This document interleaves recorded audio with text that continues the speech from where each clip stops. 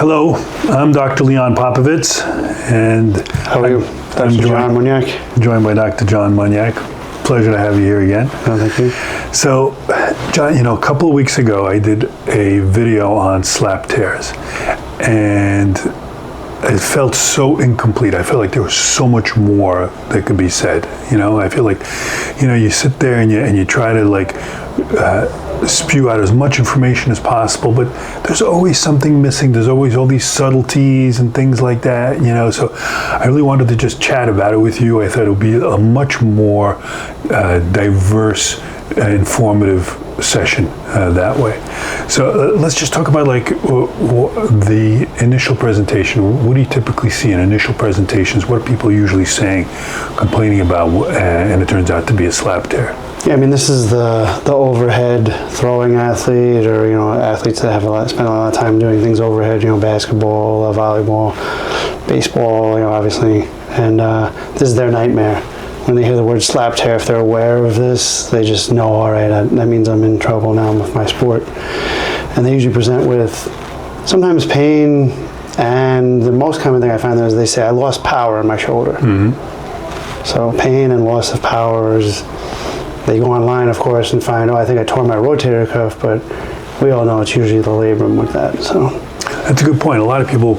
So many people hear about rotator cuff, and whenever they have a shoulder pain, they're always thinking, is this to my rotator cuff? When in fact, younger people usually don't have the rotator cuff injuries. It's usually the older people that get the rotator cuff injuries or rotator cuff tears or disease, and it's the younger people that have the slap tear. So maybe we should just premise with the fact that slap tears, what it stands for. Oh yeah. Yeah. So superior labrum, anterior to posterior, all fancy Latin words for the entire labrum. If you just took an apple core and just went from here up and above to the back of your shoulder, is torn, and the labrum is this kind of support that holds the ball, and the ball socket as it moves, it's moving with it. So if you tear it now, the ball just pops out, and you have this instability. You can dislocate your shoulder easily. You can lose power. You can't throw without suddenly grabbing your shoulder after you throw. It's just a lot of dysfunction. While you say that, I think we're going to go grab a model. Be right back. The magic of editing, we miraculously have a model here. Yes, very good. Yeah. So what Dr. Munyak was talking about is that here's your shoulder, right? So around here is the rotator cuff muscles, or actually even the deltoid muscles all around here. And then deeper inside are these rotator cuff tendons that help us move things around. And then even deeper inside, we have the ball and socket joint. And then there's this rim of cartilage called the labrum that surrounds the socket joint. And the biceps tendon that travels from here goes actually into the joint itself and attaches on top of the labrum. And very often when you have a slap tear, you have a lot of bicep symptoms. Yeah, that labrum anchor of the biceps is very commonly involved. Yeah. Even in non-slap tears, it'll tear off a little bit and give you that labrum that's right. type symptom. Yeah. And so getting back to it, so they come in and they're presenting to you. So what's your workup? What's your typical workup? I'll examine them. None of these physical exam tests are perfect for the labrum, so you do the ones that are better for ruling out things like rotator cuff injury. Have them fight you against resistance in the main function of the rotator cuff, which is abduction. And you see what their range of motion is, and have them touch their other ear, have them see how far they can go up to their spine compared to the good arm, and have them crank down like this. It's an old Frank Job kind of combo of doing this and then against resistance with it to really get a more aggressive physical exam of them. And if they collapse down in pain, then I say just hold it for a second to make sure it's not just weakness and a tear of anything, and they usually can hold it. I'm thinking, no, it's the labrum. And then I like this, my own version of the crank, where I have them go like this and just have them resist like this, and that's usually, pretty good, a reliable test for labrum as well. Do you use the O'Brien's test? Yeah, no, I don't find it too reliable. Really? I find it reliable. So, the O'Brien's test is when we rotate the arm across the body, we raise up, and they have pain with that. And we often compare it with the speeds test to test just isolated biceps inflammation when they raise up. So very often they won't have both. So they'll have the speeds test either is positive or the O'Brien, and the O'Brien is for the labor. And I usually do the grind test. Grinding is very good. Grinding, they always have these painful clicks. They always have these painful clicks. I'll take them here. I'll just take their shoulder, I'll jam it, and then I'll do this. That's right. And no one tolerates past this. Absolutely. That grind test was very, very significant. I find that it's the overhead athletes, right? Yeah. The weightlifters. Weightlifters is I would say, I feel like the weightlifters, if I had to proportion the amount of patients that ultimately have to have surgery for a labral tear, the weightlifters are the most common ones, because aside from maybe overhead athletes, of course, baseball players, pitchers, things like that. They'll eventually get it because it's fatiguing and tearing slowly, and then it pops. Yeah, and they come in and that's exactly what you said. Is they come in and they say, I don't have that same power. I don't have that same strength as I did before. And they'll come in. If they had an acute injury, it'll usually be they lost control of the barbell and that shoulder sank, and that's it. They tore their labrum. Right. Yeah. The acute injuries are not as common, but that's true. They can have that, or if they fall on an outstretched arm with the biceps tense, that can do it. It's all the attachment of the labrum. Yeah, well, that's why I don't find the speeds and O'Brien test too reliable in my experience, just because they've tried to tolerate this labrum injury, so they're overusing their biceps. So it's going to be painful no matter what. They have some synovitis, inflammation of the shoulder. So these two tests are just going to be, they'll have a positive cross arm. They'll have all these tests that, cross arms for AC joint, but it'll be positive with this because it's all inflammation there. So interesting. Yeah. So that's why I don't really rely more on, rely more on just, all right, if they got enough abnormal and enough suspicion, just ultrasound them, see if I can see the labrum kind of cogwheeling on the ultrasound, anterior or posterior. You can see really well in the ultrasound to about 3 o'clock, which is good enough for a slap tear because that's the anterior portion of it. And same thing posterior, you can see around to 9 o'clock. And see the posterior portion of it, you're definitely not seeing the superior aspect because the bone blocks the ultrasonics, but you can see that. And that instability of the labrum, especially against resistance, you see it split off the bone, then you have RH, get an MRI just for pre-op planning. You can essentially see it peeling off on the ultrasound? Yeah, especially against resistance. And I show the patients, look how you're separating like that. They are. Interesting, yeah. I don't really appreciate it on the ultrasound. Obviously, intraoperatively, we can see it peeling off of the bone. We put a little probe in there, we can peel it off the bone. That's why you got to dynamically do it, just against resistance, have them fight internal or external rotation. You see it coming right off. Interesting, yeah. That's great. You use that ultrasound very well. That's such an extension of your exam. Very nice. That's why I look at it too, a physical exam extension. Yeah, it's great. So as far as the causes go, I find that a lot of these athletes have a very tight posterior capsule. Yeah.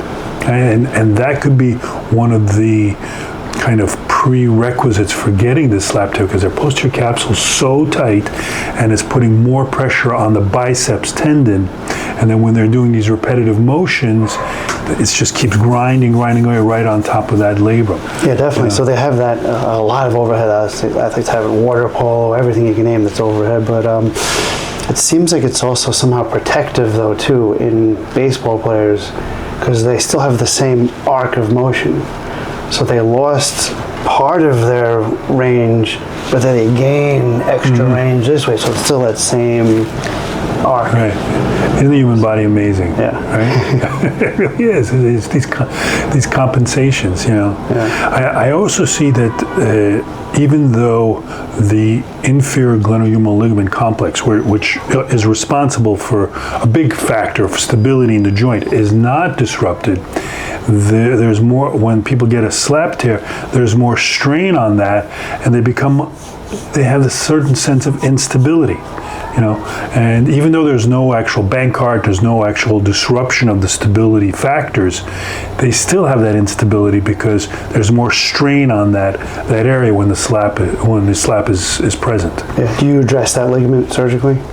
Only if it's torn. But I find that if I stabilize the slap tear, the superior labrum, and we repair the labrum, and the biceps anchor is stable, the big factor to know if it's a good stable repair is not so much, you want a nice secure repair, but you want to make sure the biceps is stable. So you do we do an intraoperative peel off before and after to see if the biceps is stable. And when I see that, I feel like the shoulder becomes much more stable, and you don't need to address a Bankart because it often isn't there. It's unstable because of the slap. You don't have to proceed. Obviously, if there's a Bankart, we repair it, But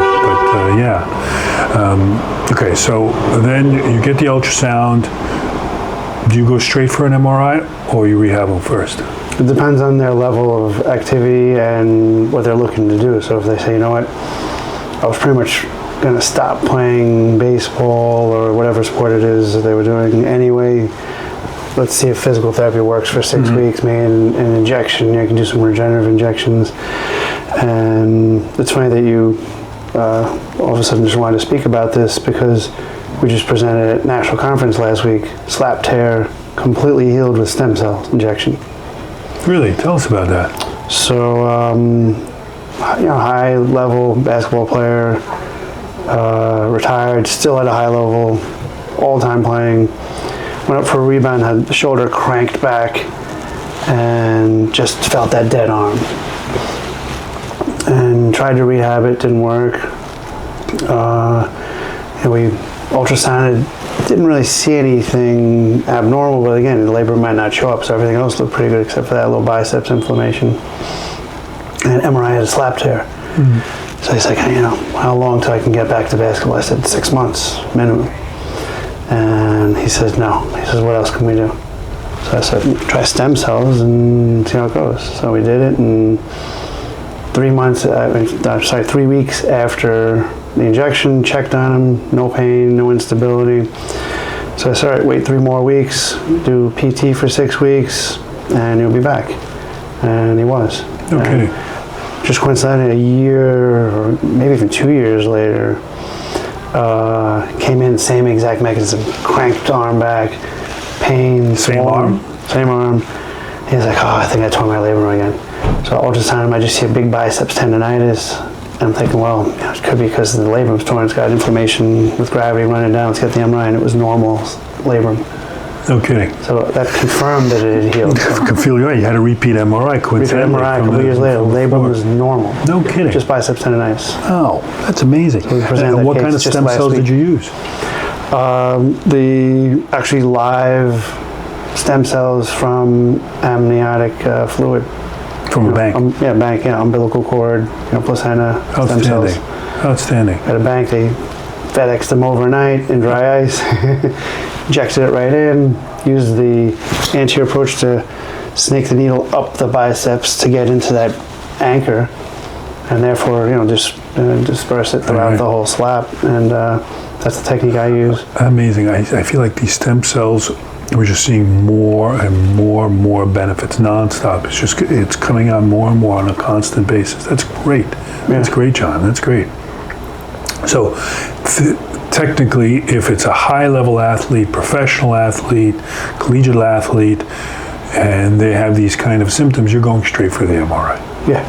If it's somebody who doesn't need to get, it's not their livelihood, for example. That's probably the best word. Yeah, that's the best word, not their livelihood. It's not their livelihood, yeah. See what their symptoms are. If they're really intolerable and disrupting their life, then you should have something also more aggressive. But if they say it and they're on the same page, let's try the non-operative route, then we do that. Because I'm sure you see it as well, as just rehab itself, even though the slap may not heal, a lot of times the symptoms do simmer down for people who are not at that extreme level, and sometimes they can avoid surgery or even stem cells if the physical therapy just kind of simmers down their symptoms and they modify some of their activities and they're a little bit more careful. Yeah, because like you said, the physical therapy will get rid of that back of the shoulder tightness. That's right. It'll optimize their deltoids, support of the shoulder. So it's all process to reverse what may have caused it.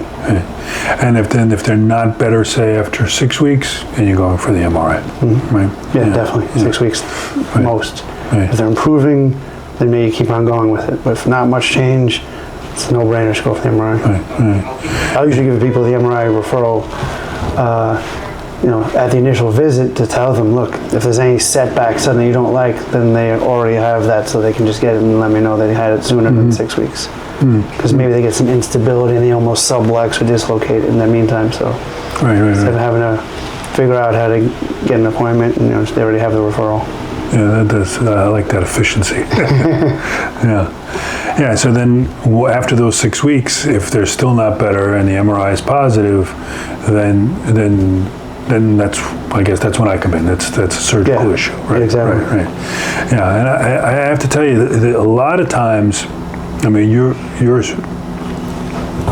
such a knowledgeable sports medicine doctor, but a lot of times when we get referrals from outside non-sports medicine doctors, we get these referrals for a labral tear, and the patient's coming in and expecting to have surgery, but they really don't need surgery because sometimes those are patients that are a little bit older.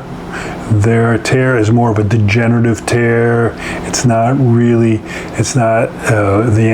biceps anchor is really not unstable. And a lot of times those people would benefit from just a little bit more therapy or even a cortisone injection to try to get some of that inflammation down more than anything. But it's really the high level, not even a high level, it's the athletic person that has a certain level of demand, even laborers, if you're construction workers or just somebody who's very active, but has developed this tear from some kind of repetitive motion, not from just years of degeneration. Those are the ones that would benefit the most. The degeneration, unfortunately, it's a common thing for a lot of people, and very often we can manage that without surgery. Yeah, definitely. Yeah, very good. Thank you very much. That was great. Thank you. Thank you. Look forward to it again. Yes, definitely. Thank you. Be sure to like this video and subscribe for more videos that we'll have in the future.